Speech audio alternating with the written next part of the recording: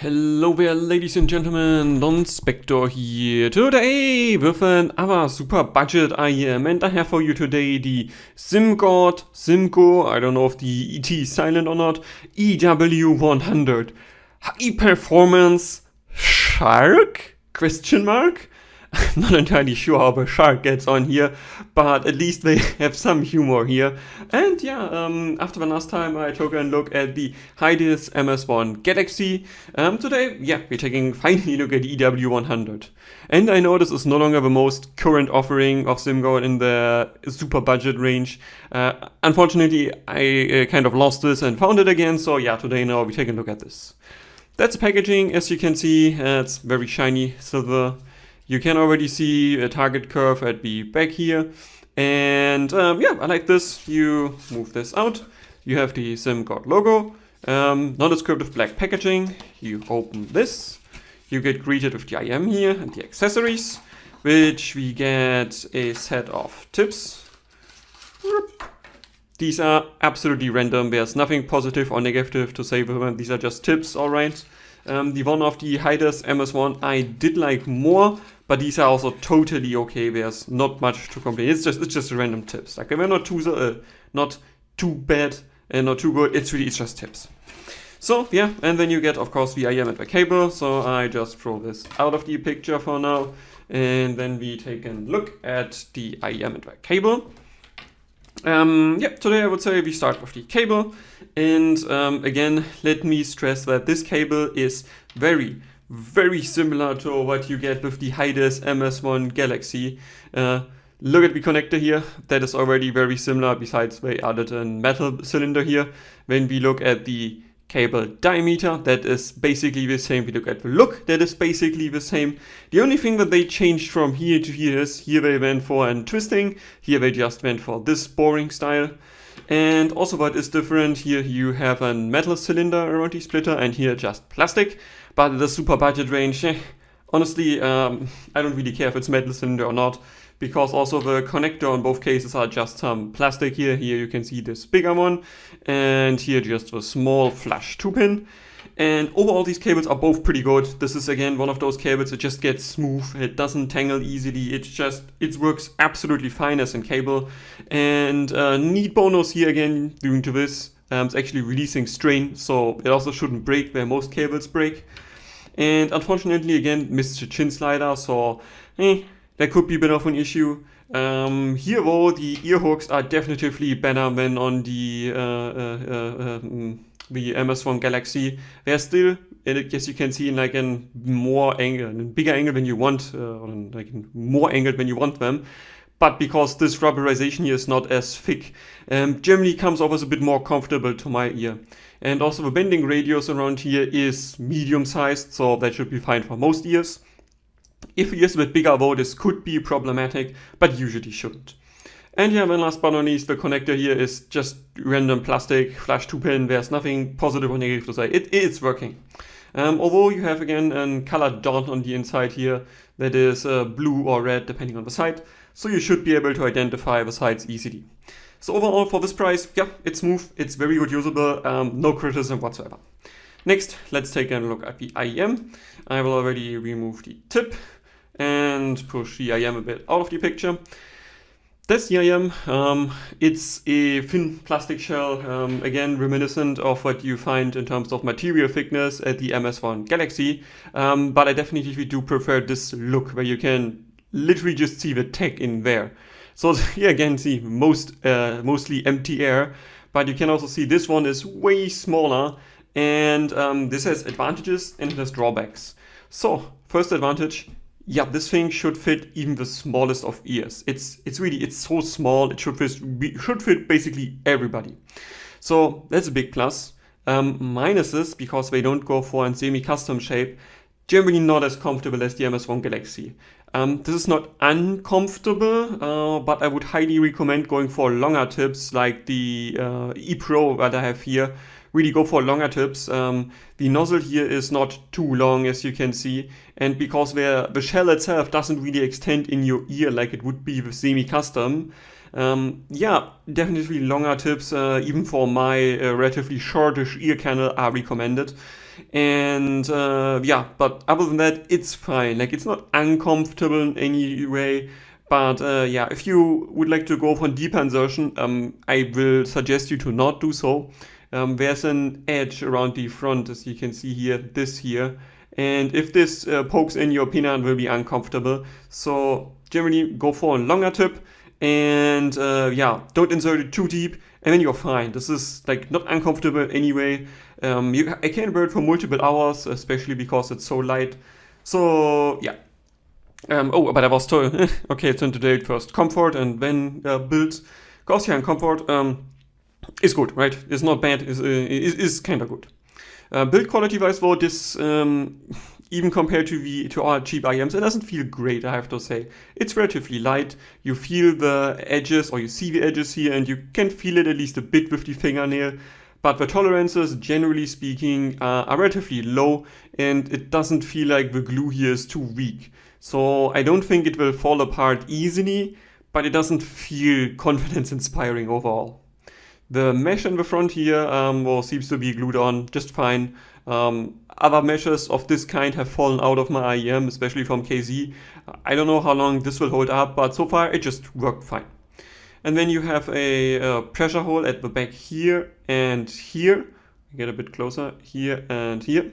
I'm not sure if these are for tuning or just for pressure relief, no clue, because you have another one here. So generally, absolutely no driver flags, and these are also small enough, but yeah, you shouldn't get any dirt in. There's an L&R indicator here on the inside, almost forgot, is not that well visible, basically not visible, like even now for my eye. The camera struggles, of course, but even I can't see it in this light, it's just not well. And you have a small metal faceplate here.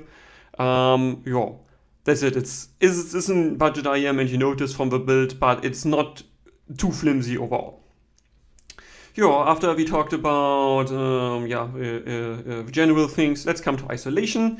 And as I said, I was kind of surprised with the isolation of the MS1 Galaxy here, because that looked so thin, but because it fit pretty well, it was overall still above average.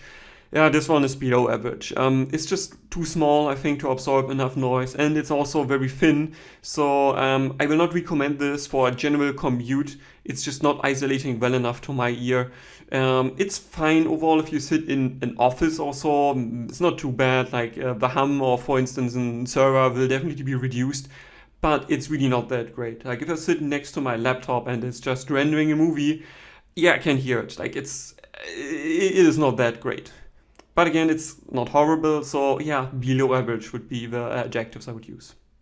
And yeah, drivability, the EW100 clocks in at 32 ohms, very similar to most others, but here at 122 decibels per VRMS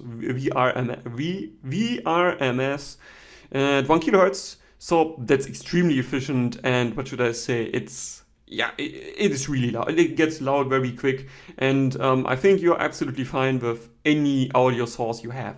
Apple dongle gives you basically almost everything. I'm not sure if I will say it's like 95%, so I noted 90 to 95% overall, but really, as long as it's clean enough, it's fine here. Like, you don't get any improvement whatsoever with more power.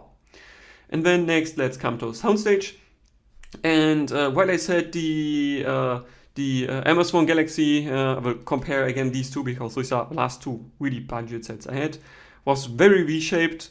Yeah, the EW100 is not so much V-shaped. Like, it still goes for a kind of tastish V-shape, but it's definitively a bit on the softer side, especially in the mid-treble and upper-treble regions. And the bass shelf is way more controlled. So yeah, it's V-shaped, but definitively more tasteful V-shaped than the MS1 Galaxy. And yeah, let's go into the details now. Yeah, first, treble extension. According to Graph, again, there's a peak at like 14.5K, 15K, something like that. Unfortunately, to my ear, it's not that well pronounced. Like, there's a bit of energy past 10K possibly, but this peak and the upper treble here, to my ear, isn't really that audible. Like some other IEMs, I've said it is noticeable and it makes it a bit sharp around the edges. Not so much here. So yeah, it lacks a bit of the trailing ends and the leading edges. But again, the IEM at this price point, honestly, I don't care. Like it's absolutely fine. And then a bit below that, we have an ever so slight peak at 9K, which actually also resolves at like 9K to my ear. But it's definitively below what you would want for an, I want to say, neutral representation, or neutralish, like Harman neutral in this case. So it comes off as slightly blunted in the mid to upper treble transition here. I have definitively heard better budget IEMs in that regard, but still it's fine. Like it doesn't come off as too boring here. And it still has somewhat, like, I want to say, a bit of pizzazz. Splash and Scissor though, I mean, like it could be a bit better pronounced, right? But overall it's fine for this price point. And then below that, this one, actually, let me throw in another graph. Let me compare it to you with Quintet. So you can see lower treble slash upper mids this is exactly how it should be. This is how basically most IEMs should resolve. Possibly like 2-3 decibels less for, I think, the majority of people probably is a bit better. But yeah, look at this graph. Like this is lower treble and upper mids, that exactly how it should be. And really, I have no complaints here. Like even for sets that are way more expensive, this would be a good represented lower mids and upper treble. Female vocals, well pronounced, pianos, like it doesn't matter. Like it all sounds great here. And it brings me to the mids. Yeah, the mids are a bit reshaped, right? So we have a bit of energy, but because it's again very nicely controlled, like here the race happens past below 400 hertz, but actually like the main part of the race more like 300 hertz-ish.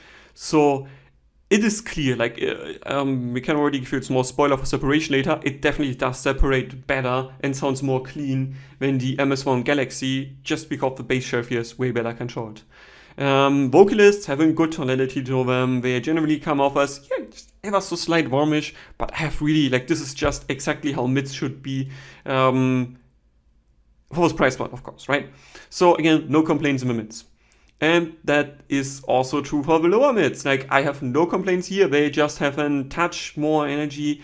Bass guitars or growls come off just an ever so slight touch more than they should on like really neutral mids.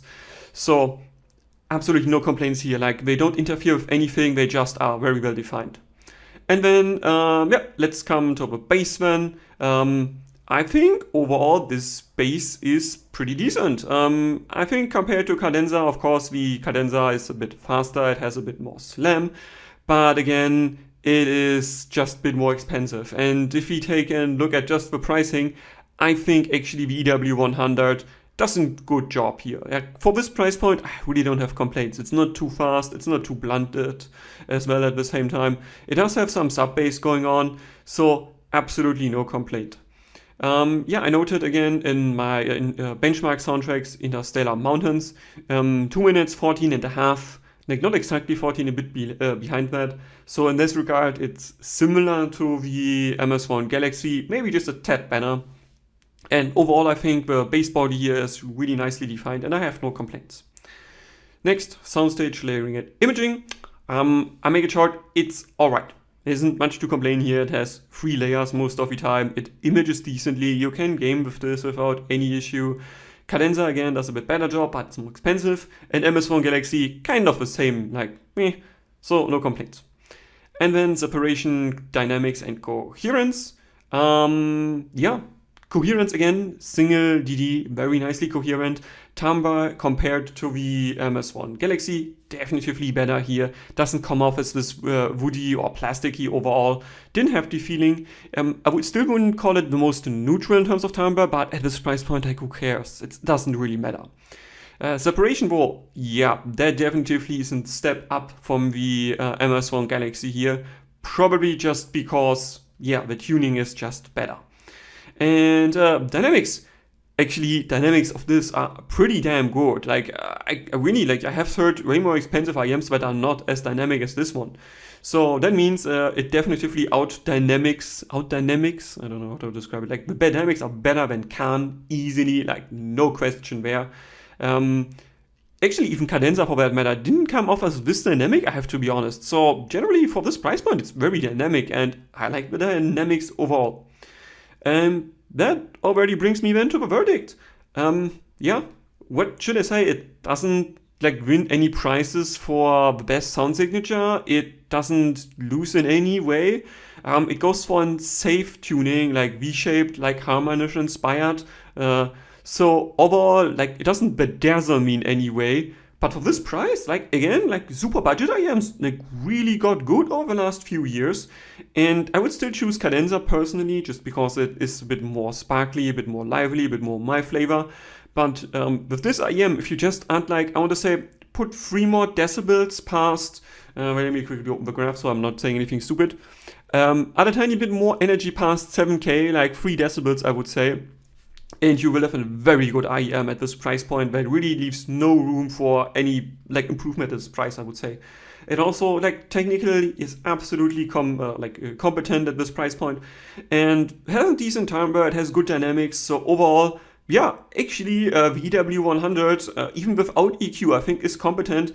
And actually I will give it my approval stamp. There I was a bit more careful with the Amazon Galaxy, just because it's very V-shaped and the 8K peak. Here I don't have these complaints, and yeah, I will give it my recommendation. Like it's pretty good IEM and there isn't much to criticize here at all. So yes, that's it. Hope you enjoyed it. If you have questions, if you have recommendations, if you have criticisms, please leave a comment. And with this, Don Spector out.